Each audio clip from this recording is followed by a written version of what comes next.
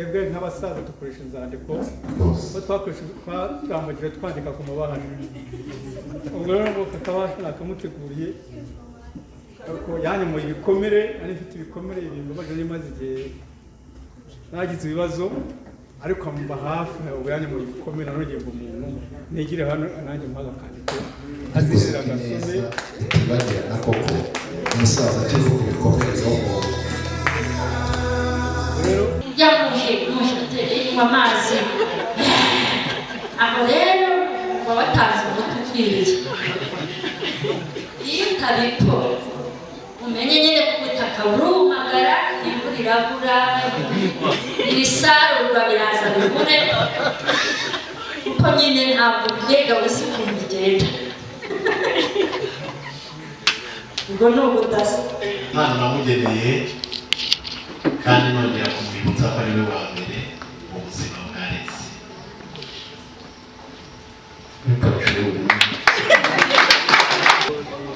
ariko nari narabwiye Imana ngo sinshaka abagabo b'inzobe.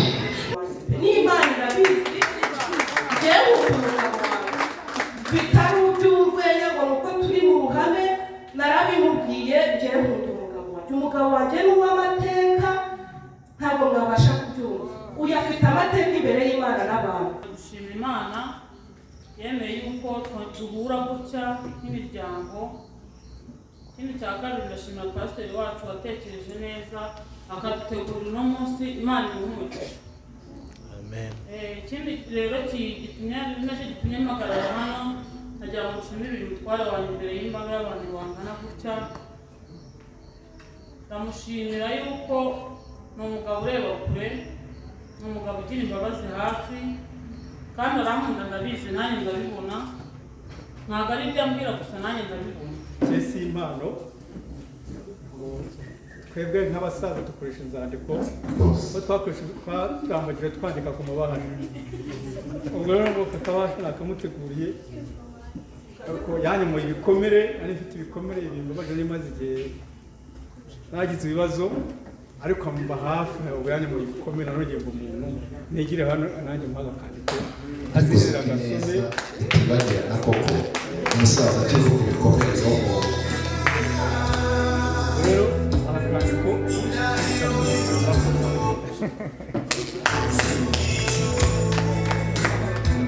Inshuti yacu, umubyeyi wacu, umuyobozi wacu, ngo badusuhuze. Haleluya. ubwo mbese mvugiye muri urakoze cyane.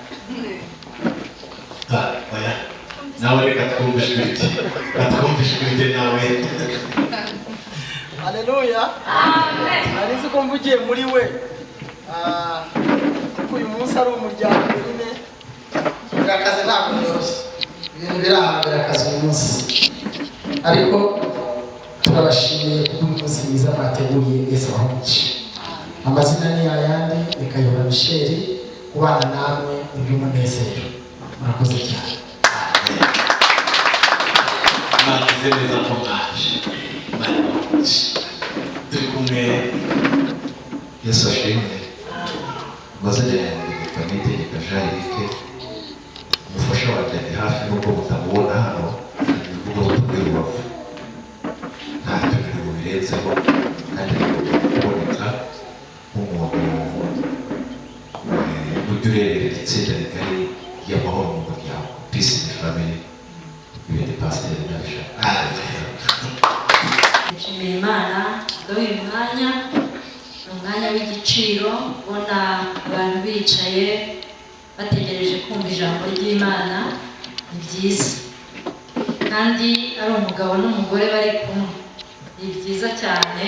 Imana ishimwe. Hari igihe tujya dutegura amahugurwa tukagenda tukamara iminsi turi kumwe n'amakupure badataha noneho, ariko ukabona harimo umunezero uko baje ntabwo ariko bataha. Hari igihe no kwicarana biba ari ikibazo, ariko tugataha noneho bari guhoberana, tukabigisha yewe no guhoberana, noneho ubwo bivugwa ahandi byifashe bite.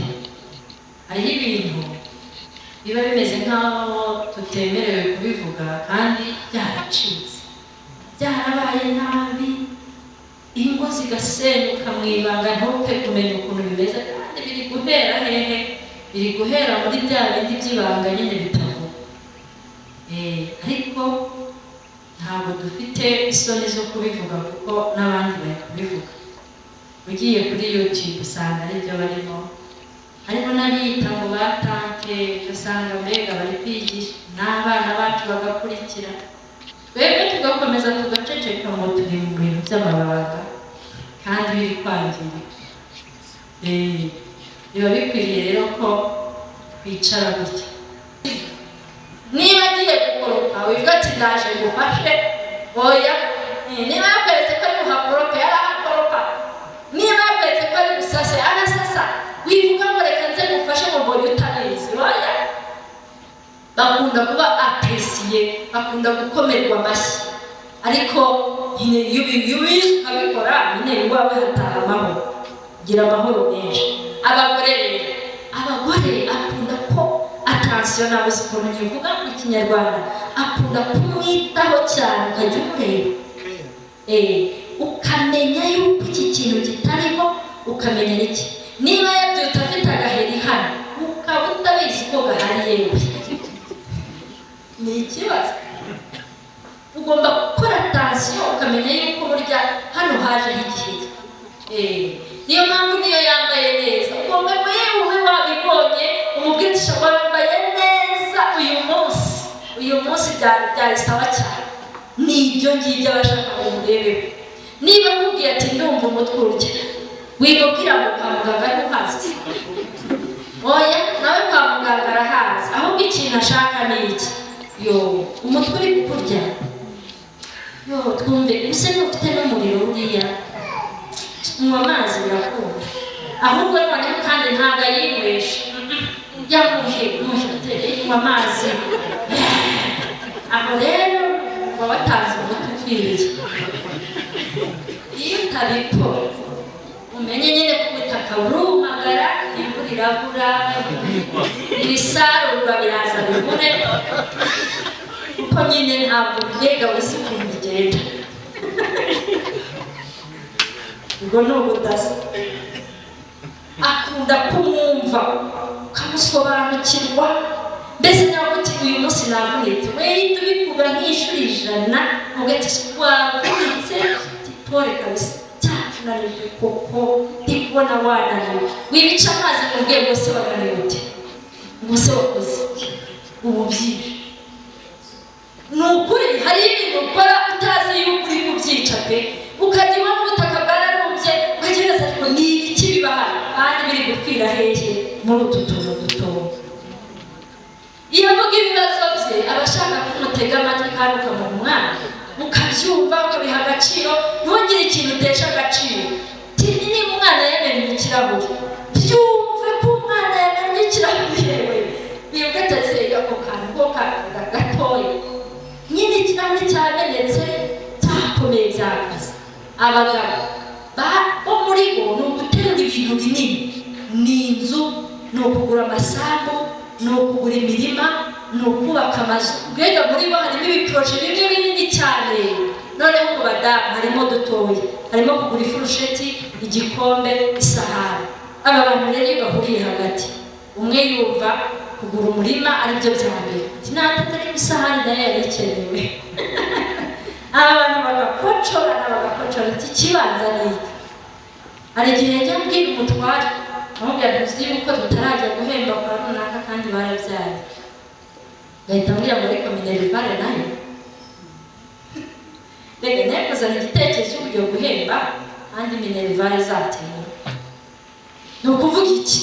Ni ukuvuga ngo iwe arareba ibintu binini, nkareba twa tundi dusigaye. Ni imiterere Imana yabikoze niko yaturemye, ariko dukwiye kwizihiza ubwo budasa, kunezerwa uko ari, nanjye nkanezerwa, wiwe akanezerwa uko ndi, hanyuma tugahuriza hagati tukabona amahoro mu rugo.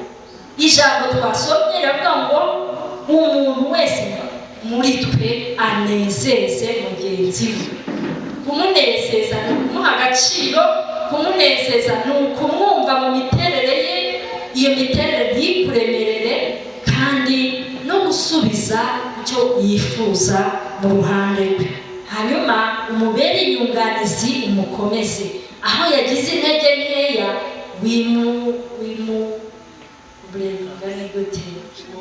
wimuhutaza ahubwo mufashe. Menya ngo kubera iki yagize intege nkeya, wasanga ari ya miterere yacu, wasanga iki kibazo kivutse kinturutse kubera uko nteye, iki kibazo giteye gutya kubera ko nanjye nabigizemo uruhare gutya. Hanyuma mukaba mwabasha kubaka umuryango urimo amahoro. Iyo umuntu atuzuza inshingano, amahoro aragenda, byo nabivuze mbere. Ariko nanone no kumenya imiterere ya mugenzi wawe ukayiha agaciro, nabyo bizana amahoro. Ni byinshi byabasha kuzana amahoro kuri twabivuga ngo tubirangize, ariko nagira ngo dusenge Imana. Mugenzi wawe umubereye inyunganizi cyangwa umubereye ikigeragezo, ibyo ahora akubwira bimubangamira bikuyeho, wakagombye kubikuraho, wibica amazi. Yesu ashimwe. Nitwa Indatwa Jean de Dieu. Uyu ni umuyobozi wanjye, duhurira mu buringanire muri Yesu, ariko buranga umutwe kuri we. Imana ibahe umugisha. Haleluya. Amen. Agira Imana ishimwe tumane murakoze. Nabo turabakiriye umuntu murambo w'ingata mutere haleluya. Amen. Famiye y'ureka nsabe bakunye bahaguruke. Iyi couple turayishimiye cyane. Ejo bagize ibyago, uyu mugabo afashe umubyeyi bajya gutabara mu ntara. Ntabwo natekerezaga ko baba baje, ariko kuba baje kabisirikana n'igitangaza. Nabashimiye. Imana ibahe umugisha, Imana ibahe umugisha. Couple nshyashya ikoze ubukwe muri uyu mwaka, turabashimiye. Hanyuma amasaha yagiye kandi amazi yategageze kure, bagira ngo Uwiteka n'abaradufuhira, uzarebe utangiye kugira ngo inshuti na Satani, uzarebe Imana ihita ibigaragaza ko itabyemeye rwose, ariko Imana yo nta cyaha yongeraho. Mu byo dukora dushobora kubisanga ku ikoranabuhanga, hakaba n'ingaruka n'ibyo twakora kugira ngo tubone amahoro. Imana ibagirire neza rero kuba mwitabiriye, kandi icyo twifuza nuko twagira amahoro mu muryango, kuko icyo gihe itorero rizagira amahoro, igihugu kizagira amahoro, tuzaranga abazadukomokaho amahoro. Imana ibahe umugisha. Bikura n'abantu beza, tujya tugira ahantu tuganirira tugaseka imiryango. Iyi ni visi perezida, perezida wayo ntiyaje, ariko yaje abahagarariye bifuje kuba bakoze batari twatangwa mu gikorwa cy'amakupure. Imana ibahe umugisha cyane, mwanya imbere mukabashimira. Ndabizi ko pastor ariko bamusaba bibi bicaye. Yego. Mama w'abana banjye. Twagize urukuko turi mu rugo, tugira abahungu Imana yaduhaye. Ikindi kandi nasobanukiwe, nabura no gushimira. Namenye ko ari we wa mbere mu buzima bwanjye. Abandi bose turabana, tukagera igihe bikadutandukanya cyangwa se n'amasaha akadutandukanya, ariko uko byagenda kose uyu ni we wa mbere. Kuko ndamutse ndwaye nkaremba, ni we wanyoza, ni we wajya nombera uturyo akanareka, ni we wajyana kuri po igihe nashoboye kujyayo. Uko byagenda kose, aho nakwirirwa, aho narara, aho najya hose, ariko uyu ni we wa mbere mu buzima bwanjye. Nayimuhisha ntabwo nigeze nimwereka, uyu ni wo munsi nimweretse, ni nawo mwanya nimweretse. Iyi mpano ni impano namugeneye, kandi nongera kumwibutsa ko ari we wa mbere mu buzima bwa Alex.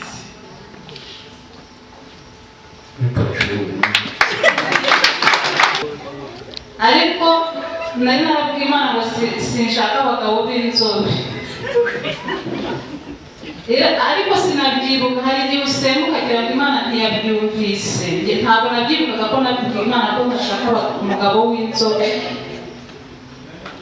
Imana irangije irambwira ngo bariya basore b'inzobe nta n'umwe wawe urimo, bareke. Noneho haza ikigeragezo cy'abandi babiri b'urukara. Imana ibonye ko muri bo hari ngiye kwemera, irambwira ibikara byose siko ari ibikara. wimaka mbere ntabwo bimushimiye ko wanicaje mu bagabo, kuko iyi diporome yatumye ngera nkicara n'abakomeye ndetse n'abashumba rwose. Rero ikintu cya mbere mushimiye, ndi imbere y'abantu mu gihe gito tubanye, uko namukekaga ari umukobwa ndamushimiye ko ariko namusanze ndi imbere y'abantu, ukuri yambwiraga niko namusanze.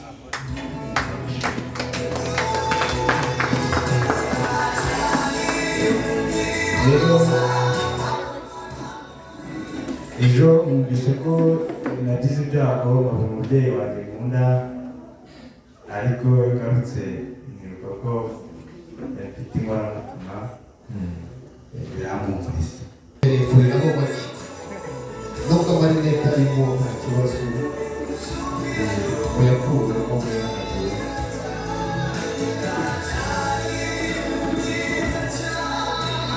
Tugabanyirize umuziki, mufate urabona yuko yego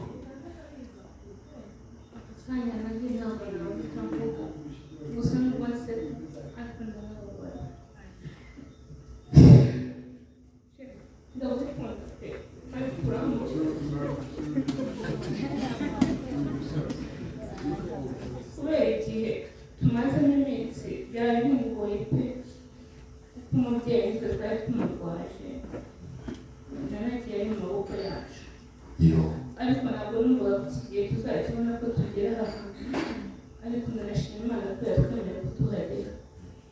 Gusa uyu mugabo arantunguye kuko twari twanagetse kuza, arambwira ati nanjye ubwanjye ibihe ndimo umubyeyi twarwaje. Kado nayitegura rwose, kado nziza cyane yo kumushimira. Mwa bagabo mwe namwe mwa bagore mwe, ni ukuri nkunda umugabo wanjye pe, n'Imana irabizi. Njyewe nkunda umugabo wanjye bitari iby'urwenya ngo nuko turi mu ruhame, narabimubwiye. Njyewe nkunda umugabo wanjye, umugabo wanjye ni uw'amateka, ntabwo mwabasha kubyumva. Uyu afite amateka imbere y'Imana n'abantu. Ubwo rero ndamushimiye ibintu byinshi twacanyemo, iby'Imana yatubwiye tuzahura nabyo tugikora ubukwe, ibyo byose yagiye abyitwaramo yitwaje. Ni ukuri ndagushimiye bikuye ku mutima, uri umuntu w'umugabo. 29 nshimira Imana muri icyo gihe, ni uko ibiganza byanjye byera kandi n'ibyo bikaba byera ntarigeze mukoraho. Ibyo bihamije ndi imbere yanyu, imbere y'Imana, kandi nawe arahagaze rwose. Icyo rero nicyo nshimira Imana cyane, yuko nta rushyi rwanjye azi cyangwa ikindi kuvugana nabi ibyo bijya bibaho cyangwa kugira icyo abantu bapfa, ariko ubw'ibyo ibiganza byanjye birera kandi nawe n'ibyo birera. Icyo gihe cyose twabanye, Imana ishimwe. Icyo ngiye kuvuga ni ukugira ngo mushimire. Muri iyo myaka yose twabanye, twanyuze mu bihe biruhije kandi bigoye cyane, twatandukanye mu gihe cya muri 1994 ahungira hamwe nanjye nkungira ahandi tuhungira ahantu hatandukanye. Imana idindira muri Kongo ndongera ndagaruka mu Rwanda nawe iramurinda twongera guhura. Twahuye muri 1996 kuva icyo gihe kugeza na n'ubu turacyakomeje kubana. Icyo ndimo gushimira Imana rero twahuye n'ubuzima. Ndatekereza ndavuga ngo impano nijya kuyizana umwana umuri bubibone byose biramenyekana. Ndavuga ngo ntacyo reka tubireke tunizira gutyo. Ndavuga ngo impano ndaza kuyishyiraho itari buze kugaragara, nawe ubwe ntari bumenye icyo muhaye uretse ko ari buze gusoma akaza kumenya ikirimo. Hanyuma kubw'ibyo rero umukunda sinakwirirwa mbivuga kuko n'ibimenyetso nkora bigaragaza ko mukunda. Ikindi ni ukuvuga ngo nawe ubwe azi ko mukunda. Nagira ngo rero muhereze impano. Iyi ngiyi nta n'umwana wigeze abimenya, nta n'ubwo babizi, ariko wari kuyibona ari guhita bivuga. Ariko iyi muhaye izagaragara nyuma, ariko ari we wabashije kuyibona. Nagira ngo muri iyi mpano bamuteguriye kandi iraremereye, yimuhanye urukundo kandi ari bunezerwe ndabizi bibiri. Imana yacu itugirire neza. Imana ishimwe. Ariko abantu bakuru bumva ukuntu bavuga urukundo rufite insibo.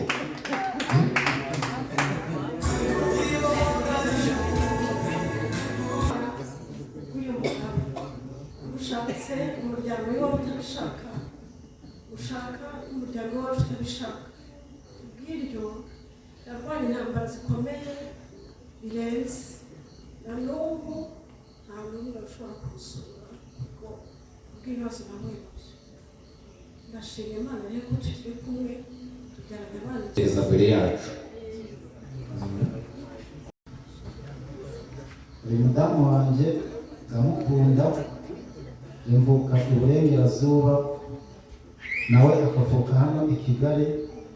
Naje nje gutembera nje gushaka imibereho, ariko ndabona mfite ibanga yuko Imana yanyeretse ngira umwana mutoya ko nzakorera ubukwe hano i Kigali. Ubwo bwarakeye rero mbwira papa na mama inzozi nabonye nijoro, kuko nabonaga nakoreye ubukwe ahantu hari ikibaya, hari imisozi ituje cyane, maze rwose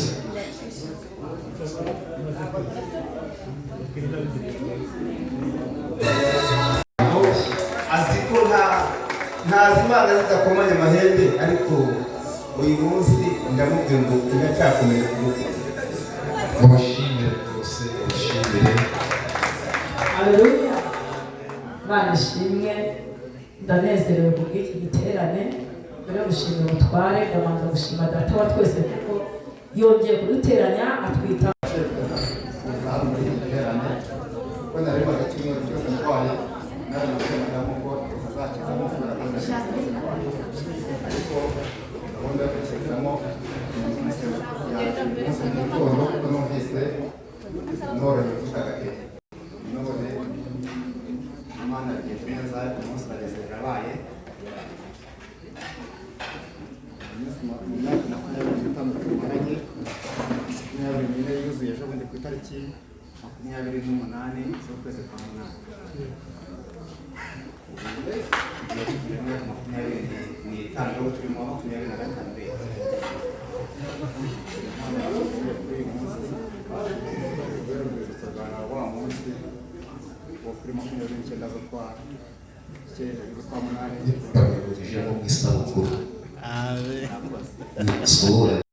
kandi uyu mureba ari mutoya ubakora cyane uretse uko mwabitekereza kandi ikindi atwitaho akaniteraho n'abana, kuko njyewe mu nkorana nkunda kuboneka ngomba.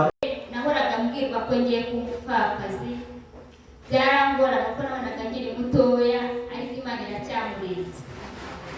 Ubwo rero njyewe abagabo bashatse gukora surprise, ariko njyewe nashatse kumukora surprise yanjye nk'umugore. Ubwo rero agiye guhaguruka hari akaririmbo agiye kumuririmbira atambuke akumva neza.